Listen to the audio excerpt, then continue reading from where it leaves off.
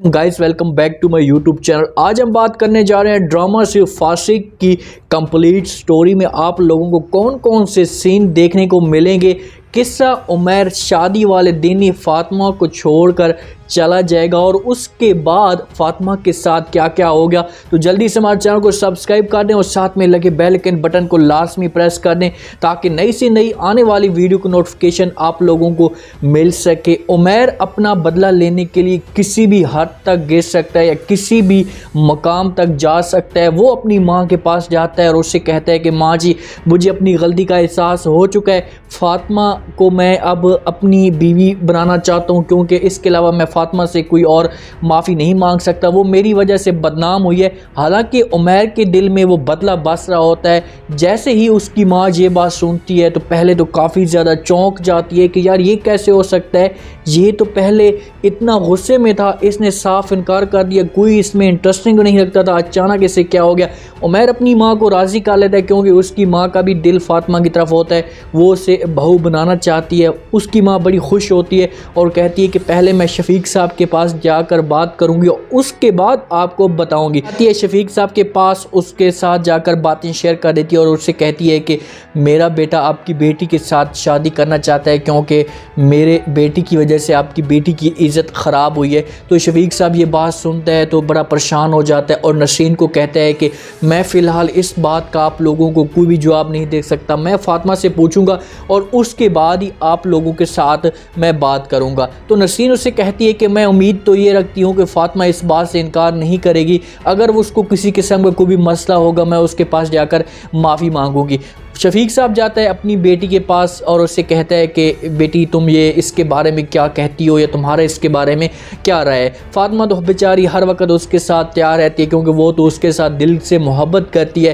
फातिमा अपने वालिद को हाँ कर देती है। शफीक साहब जाते हैं नसरीन के पास और उसे भी हाँ कर देता है। शादियाँ अरूज पे शुरू हो जाती हैं, हर वक्त हर तरफ खुशी की लहर दौड़ जाती है, लेकिन दो बंदों में गमी मौजूद होती है, एक अनीका और दूसरी अनीका की माँ को। जैसे इन दोनों को पता चलता है बड़ी परेशान हो जाती हैं और वो अपनी माँ को कहती है कि माँ जी, मैं किसी भी सूरत में ये काम नहीं करने दूंगी, सिर्फ और सिर्फ उमैर मेरा है और मैं ये सब कुछ समझती हूँ या मैं सब कुछ जानती हूँ कि किस हिसाब से मैं अपनी मोहब्बत हासिल कर सकती हूँ। उसकी माँ उसे रोकने की कोशिश करती है, उससे कहती है कि बेटा अब हम कुछ भी नहीं हो सकता क्योंकि सारे फैसले पूरे बुजुर्ग जितने भी बड़े थे इस घर के एक ही जगह पर बैठ कर इन्होंने ये फैसला कर लिया कि अब फातिमा और उमैर की आपस में शादी हो जाएगी। अनीका जाती है उमैर के पास और उससे कहती है कि उमैर सिर्फ तुम मेरे हो, मैं तुम्हारे साथ सच्ची मोहब्बत करती हूँ और तुम्हारे अलावा मैं किसी के बारे में सोच भी नहीं सकती। लेकिन वहाँ पर उमैर उसे साफ इनकार कर देता है, उससे कहता है कि नहीं,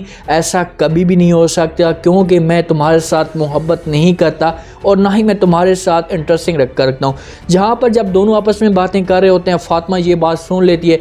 फातिमा जाती है अनीका के पास और उससे कहती है कि अनीका देखो, अगर तुम्हारे साथ उमैर मोहब्बत करता है, तुम्हारे साथ दिलचस्पी रखता है तो मुझे किसी किस्म का कोई भी इतराज़ नहीं है, मैं पीछे हो जाऊंगी, मैं आप दोनों के बीच में नहीं आऊँगी। अनीका उससे तो कहती है कि हाँ ठीक है, लेकिन उमैर और नसरीन बेगम की वजह से फातिमा कुछ भी नहीं कर सकती, उसकी कोई बात नहीं सुनेगा।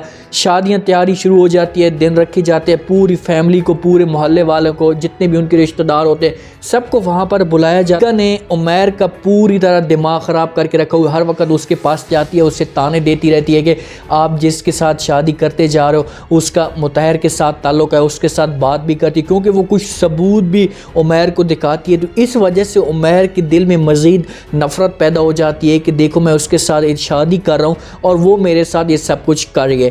पूरे रिश्तेदार सब कुछ इकट्ठे हो जाते हैं, फातिमा को दुल्हन बनाकर बिठा दिया जाता है, तैयारियाँ शुरू हो जाती हैं। तो पता चलता है कि दूल्हा गायब हो गया, दूल्हा भाग गया कहीं पे। इस बात का अनीका को पता होता है, उमैर के पास यही हाल होता है बदला लेने के लिए। तो जैसे सब कुछ पता चलता है, फातिमा को पता चलता है तो फातिमा से ये सब कुछ बर्दाश्त नहीं होता और वो उमैर को कॉल करती है और उससे कहती है कि उमैर प्लीज़ तुम्हें जो मुझे सज़ा देना चाहते हो यहाँ पर आकर दे दो, लेकिन मेरे साथ शादी कर लो क्योंकि शादी अगर मेरे साथ नहीं करोगे तो ये सब कुछ जो है मेरा वालिद बर्दाश्त नहीं कर पाएगा, उस पे ऊपर क्या गुजरेगी। लेकिन उमैर वहाँ पर मुस्कुरा देता है और मुस्कुरा कर उसकी कॉल काट देता है। अब फातिमा बेचारी परेशान पड़ी होती है और सारे पूरे घर वाले परेशान होते हैं कि आखिरकार इसका हल क्या है, क्या किया जाए जो हमें इस इज़्ज़त से बचाया जा सके, इस बदनामी से हमें बचा जा सके। अगर ये सब कुछ पता चल चुका होगा कि दूल्हा ही नहीं है तो क्या हम क्या लोगों को जवाब देंगे या क्या लोगों को मुंह दिखाएंगे कि दूल्हा किस बात से गायब हो गया है। सीन के दिल में ये अब ख्याल आता है कि इसके अलावा हमारे पास और कोई भी हाल नहीं, हमारे पास एक ही है, मुतैर है, उसके साथ शादी इसकी करवा दी जाए। अनीका वाले और सुल्ताना बेगम भी पंप करती हैं नसरीन को और नसरीन के जो शौहर होती हैं उसको पंप करती है मंसूर साहब को। तो ये फैसला कर लेते हैं कि ठीक है अब जो शादी है मुतैर के साथ इनकी करवा दी जाए।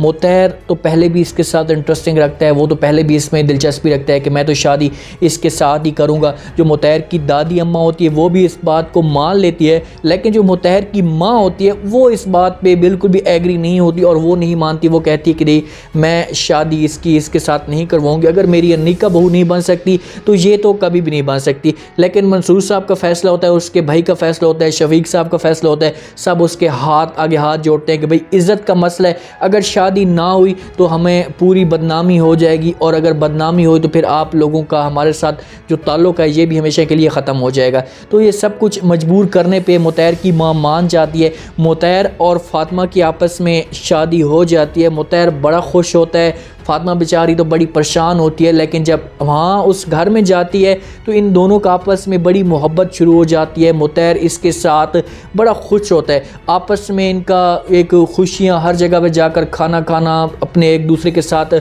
इजहार करना शुरू कर देते हैं। लेकिन अचानक फिर से मुसीबत टूट पड़ती है क्योंकि उसे सब कुछ पता होता है कि ये बंदा, इससे मैंने बदला हर सूरत में लेना है, इसके साथ मैंने लास्ट एपिसोड तक बदला जाकर लेते रहना है। तो वहाँ पर उसके घर में आ जाता है। जैसे फातिमा उसे देखती तो बड़ी परेशान हो जाती है, वो उसके आगे हाथ जोड़ना शुरू कर देती है, उससे कहती है कि खुदा के लिए तुम यहाँ से चले जाओ, मेरी जान छोड़ जाओ, मेरी जान आप छोड़ते क्यों नहीं हो।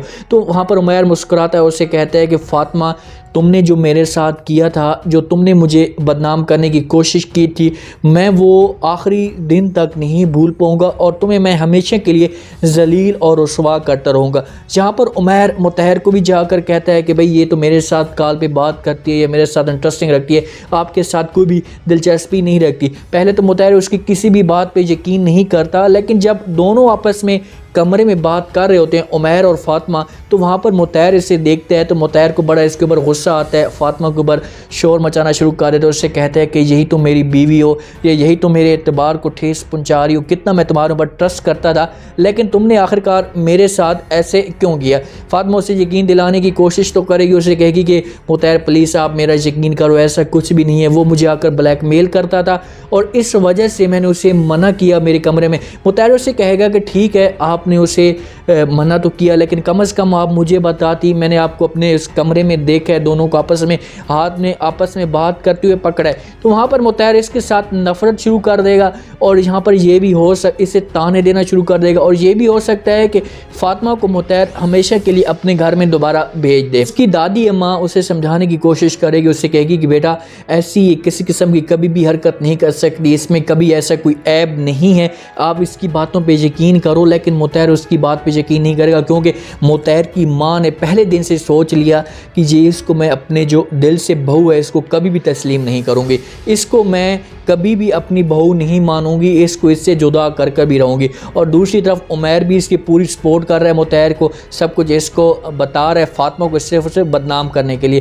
फातिमा जब अपने घर में जाएगी तो हो सकता है कि इसका वालिद ये सदमा बर्दाश्त ना कर पाए और ये दुनिया से भी जा सकता है। वहाँ पर अनीका भी बड़ी फिर परेशान हो जाएगी कि यार फिर मैं इसे बड़ी मुश्किल से इसका वहाँ पर रिश्ता करवाया, बड़ी मुश्किल से यहाँ से इसे भेजा और फिर ये वापस मेरे ऊपर आकर बैठ गई है। तो इस तरीके से फिर इन दोनों की उमैर इसके साथ बदला लेते लेते इसको अपनी गलती का एहसास होगा और वहाँ पर फिर से ये एक दूसरे एक साथ मिल सकते हैं। लेकिन ये आप देखना कि फातिमा के साथ जब वो करेगा शादी वाले दिन ही छोड़कर उसे जाएगा तो वहाँ पर बड़ा एक अहम और ज़बरदस्त सीन नोट करने वाला होगा जब नसरीन जाएगी मुतहर के पास और मुतहर की माँ के पास, उसके सामने जाकर हाथ जोड़ेगी, उससे माफ़ी मांगने की कोशिश करेगी कि उससे कहेगी जो हमें सज़ा देना चाहती हो दे दो, लेकिन हमारे ऊपर ज़िंदगी का जो एहसान है ये हमारे ऊपर कर दो।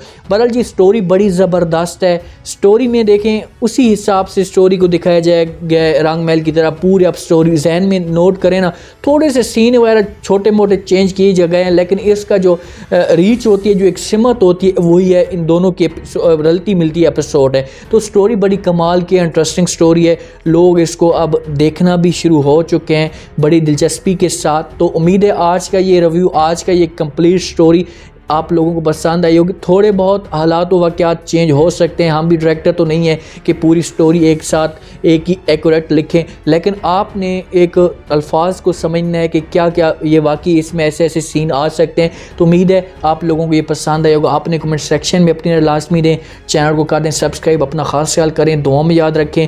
मुझे दीजिए इजाज़त, अल्लाह।